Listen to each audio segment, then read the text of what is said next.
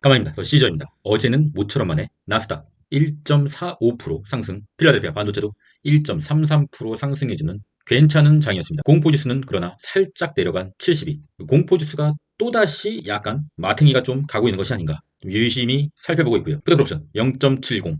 최근에 0.6 초반대가 공포지수의 푸덴코로션의 저점이었냐? 아니면 이와 같은 저점을 보여주고 다시 한번 쌍저점을 보여주느냐. 개인적인 생각으로는 조금의 횡보를 하다가 11월에 최저점을 한번 이와 같은 최저점을 한번 찍어주지 않을까, 뭐 그렇게 긍정적으로 생각하고 있습니다. YINN 오늘은 RSI와 스토캐스틱을 롱숏에 활용하는 방안에 대해서 짧게 말씀드릴 건데, 최근 들어서 중국 증시가 굉장히 급등을 했었죠. 어제 상당한 급락을 했고요. 중국의 증시 부양책 2차 부양책이 별 볼 일 없는 것으로 나옴과 동시에 급락을 했던 거고요.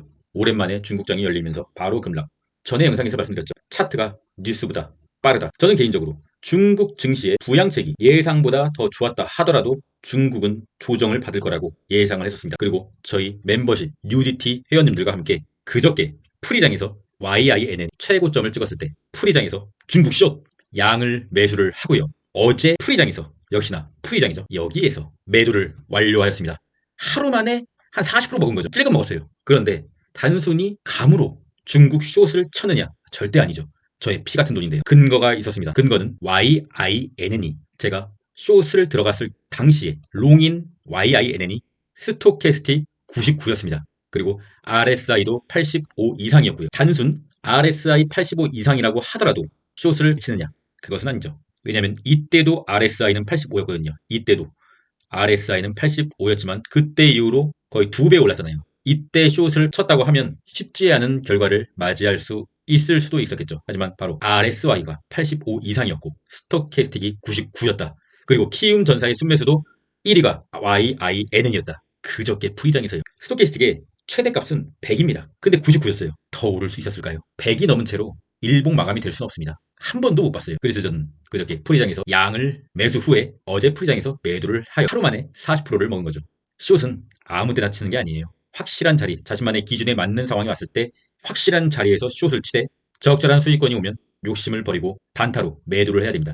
개별적인 종목이면 몰라도 지수 상품은 어쨌든 간에 긴 시계열로 봤을 시에 우상향하게 설계는 돼 있습니다. 그렇기 때문에 숏을 장기 투자하는 것은 정말 미친 짓이고요. 숏은 확실한 자리가 왔을 때 단기 투자로 임해야 됩니다. 그리고 양의 차트를 봤을 때 그저께 스토캐스틱 K값이 D값을 아래에서 위로 완벽하게 터치. 모든 네 박자가 맞아떨어진 거죠. 키움전사의 순매수, 롱의 스토캐스틱, 롱의 RSI, 그리고 제가 매수한 양의 스토캐스틱 K값이 D값을 아래에서 터치. RSI는 10초반. 그렇습니다, 여러분. 더 시즌은 장기 투자만 하는 사람이 아니라 이렇게 변칙적인 단타도 상당히 병행하고 있습니다. RSI와 스토캐스틱 짧은 매매법은 여기까지요. 이제는 YINN도 양도 관심이 없어요, 저는. 왜냐? 먹었으니까. 공포지수 매법, 매도의 방법 여전히 참고하셔야 되고요. 나스닥 지수입니다. 현재 주간장인데 좋지 않게 시작하는 모습, 어제의 상승분을 좀 상당히 반납을 하고 있는 모양새고요. 하지만 아직 장이 시작도 안 했기 때문에 미리 비관론을 펼치진 않겠습니다. 일단 이 검정색 라인, 전고점 라인이죠. 전고점 라인을 돌파했다가 전고점을 지지를 해준다. 그리고 다시 오르고 있는 거죠. 돌파와 지지죠. 의미 있는 8월의 고점을 힘겹게 돌파를 해줬다. 그러면 이 돌파 자리는 다시 지지 라인이 된다. 지지를 해주잖아요. 그리고 다시 오르고 있다. 하지만 여기서 우리가 또 한 가지 이제 단기적인 상황을 볼 필요가 있는 것이죠. 볼린저 밴드 상단 하단이 좁아지고 있다. 오랜 시저의 구독자라면 이제 바로 나와야죠. 볼린저 밴드가 좁아지면은 어떻게 되죠? 좁아지면은 다시 팽창하게 되겠죠. 이 팽창하는 볼린저 밴드에서 방향이 결정될 것이다. 이때는 7월의 고점에서는 볼린저 밴드가 좁아졌을 때 고점을 찍고 하방으로 방향을 틀었죠. 그리고 정말 오랜만에 온 볼린저 밴드가 좁아지는 타이밍. 이때도 뭐 7월과 마찬가지로 단기적인 랠리를 보였다가 하방으로 틀어도 뭐 상관은 없습니다. 왜냐? 말씀드렸잖아요. 빨간색 장기 상방 저항선에 터치를 한다. 그러면 3배 레버리지의 비중을 줄이셔야 된다고요. 일단 저는 11월까지는 조금 단기적으로 눌림이 나오면 나스닥을 매수해야 된다고 보고 있습니다. 왜냐? 24년에 가장 큰 재료가 뭐였죠? 두 가지가 있었죠. 금리 인하와 대선. 금리 인하는 이미 시작했으니까 큰 재료 한 개가 소멸된 것이고 대선이 끝나면 마지막 24년에 재료도 소멸되는 것이죠. 그러면은 이제 모든 재료가 소멸됐기 때문에 중기적인 나스닥의 횡보의 장이 시작된다.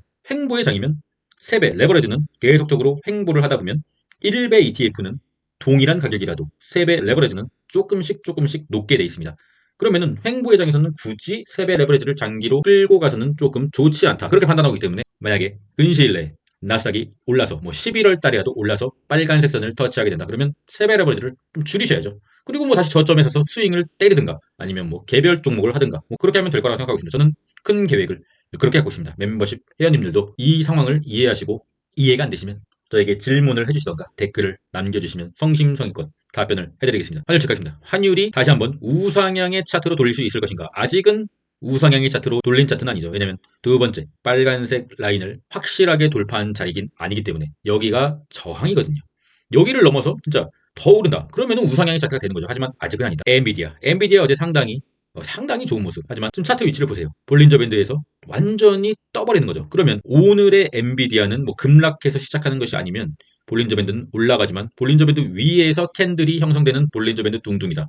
하지만 그것마저 딛고 상승을 하면은 찐이죠, 찐. 볼린저 밴드를 찢어버리는, 이처럼 찢어버리는. 여기도 지금 볼린저 밴드 둥둥 캔들이잖아요. 하지만 찢어버렸잖아요. 찢어버리면 엔비디아 24년 최고점, 새로운 고점을 형성하게 된다. 저는 은근히 좀 바라고는 있는데 어떻게 될지는 모르죠. 그래서 저는 일단은 이 속스를 저는 물량을 좀 가지고 있었는데 단기적으로 볼 물량을 어제 조금 소액 추매를 때렸습니다. 이 추매한 물량은 엔비디아의 추세가 다시 한번 좋지 않게 흘러간다. 그러면 바로 칼 매도를 할 것이고요. 현재 속슬 같은 경우는 엔비디아는 올랐지만 속슬 같은 경우는 좀 뭐 그렇게 좋지는 않다라고 볼 수가 있죠. 하지만 21선을 약간 상방으로 돌리고 21선을 계속 터치를 하고 반등을 하는 모습. 어제도 장이 열리고 초반에 약간의 음봉을 보여줬을 때 속도를 살짝 추매를 했습니다. 엔비디아 좀만 더 힘내주기를 바랍니다. 테슬라 같은 경우는 또 이제 10월 10일에 로보택시, 정말 로보택시가 우리가 상당히 기다렸던 이벤트가 있죠. 하지만 최근 들어서 상당히 좋지 않은 모습을 보여주고 있는 모습. 그래도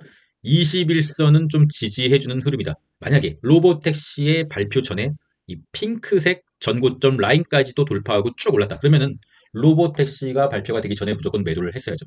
소문난 잔치에 먹을 것 없다. 하지만 로보택시가 발표도 안 했는데 갑자기 내린다. 그러면은 어쩌면 다시 한번 이 핑크색 전고점을 트라이하러 갈 수도 있겠다. 그렇게 좀 긍정적으로 생각하려고 하나 최근의 트렌드가 엔비디아와 테슬라가 약간 롱숏의 관계다. 엔비디아가 오른 날은 테슬라가 내리고 테슬라가 오른 날은 엔비디아가 내리고 약간 그런 이상한 패턴이 좀 나오고 있는데 그것은 뭐 더 시죠. 개인적인 생각일 뿐이고요. 일단은 테슬라 같은 경우는 그렇게 긍정적이라고 볼 수는 없으나 일단은 21선을 여전히 지켜주는 흐름이기 때문에 5일선이 21선 밑으로 내려가는 데드 크로스가 나오기 전까지는 일단은 뭐 홀딩하는 수밖에 없죠.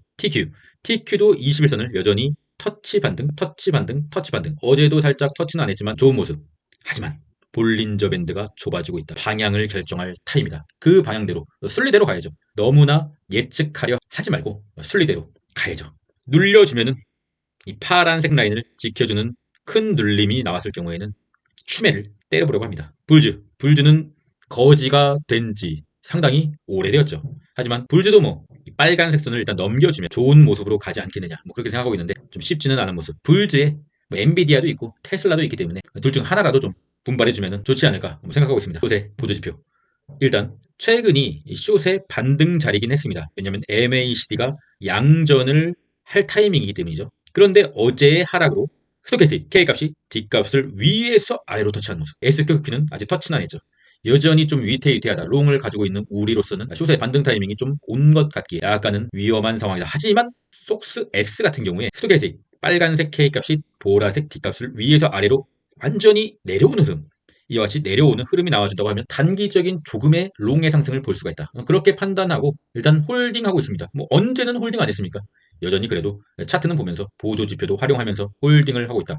롱을 홀딩하고 있다는 말입니다. 힘조사의 어제의 일간수 매수는 YINN이 진짜 급등할 때는 안 타다가 이제서야 YINN을 탄다. 단타로만 대응하시길 바라겠습니다. 변동성이 상당히 클 거예요. 단타적으로 봤을 때는 시간봉을 보는 단타로 대응한다고 하면 뭐 수익이 날 수도 있겠지만 더 시전은 이미 양으로 많이 먹었기 때문에 관심이 없어요. 코인의 공보지수 49, 코닐의 차트, 슬픔의 차트. 크게 뭐 할 말은 없으나 어쨌든 간에 코닐이 없으신 분은 좀 분할 매수로 좀 접근할 수 있는 타이밍이 뭐 지금 됐다. 저점이니까 없으신 분들은 좀 괜찮은 타이밍이다. 그렇게 보고 있습니다.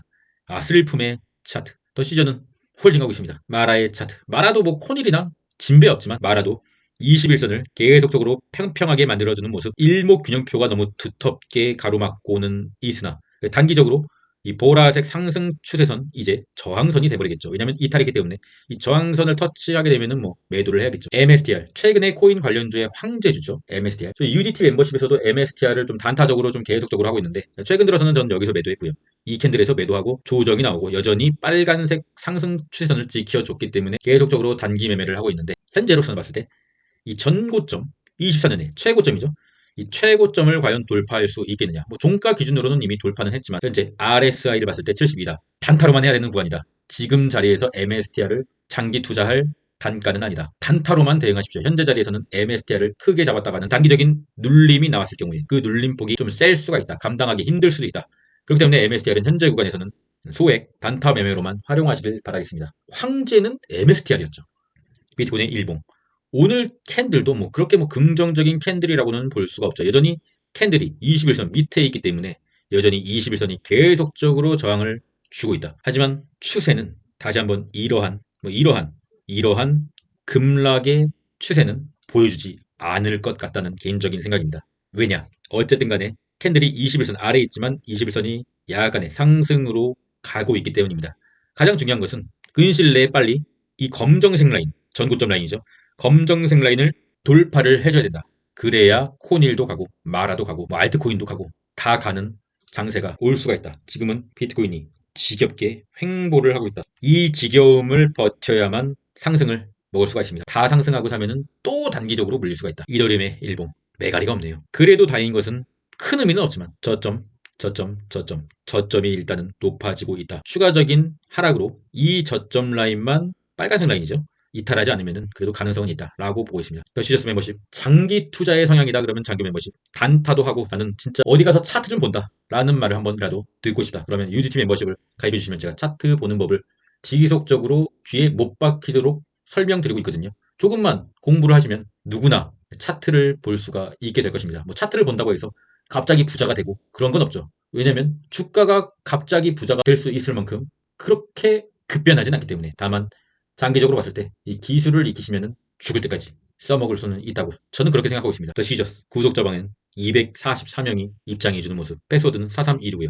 구독자방에서 직접적인 매수 매도 의견은 드리지는 않고 있습니다. 왜냐하면 멤버십이 아니시기 때문에 피해를 볼 수가 있기 때문에 하지만 구독자방에서도 좋은 정보를 나눔 드리려고 노력을 하고 있습니다. 관심 있으신 분들은 고정 댓글 링크를 확인해 주시면 방법이 나와 있습니다. 나무를 심어야 할 가장 좋은 시기는 20년 전이었다.